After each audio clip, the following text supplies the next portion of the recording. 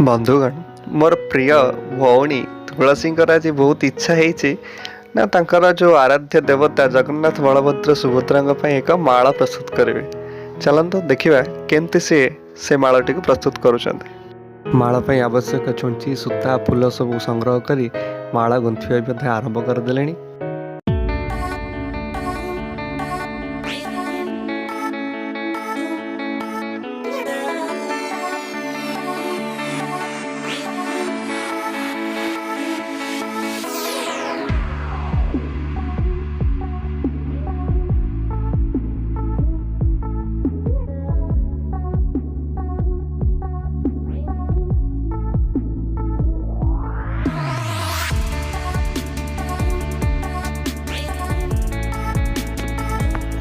धीरे धीरे फूलर संख्या कमिबार लगी एवं मालार आकार वृद्धि घटुଛି।